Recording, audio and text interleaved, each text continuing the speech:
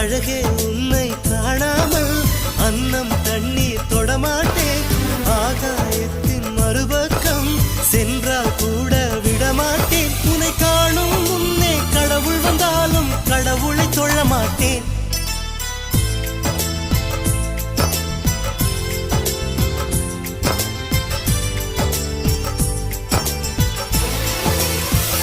எங்கோ ஓர் சாலை வளைவில் உன் பிம்பம் தொலைந்ததடி.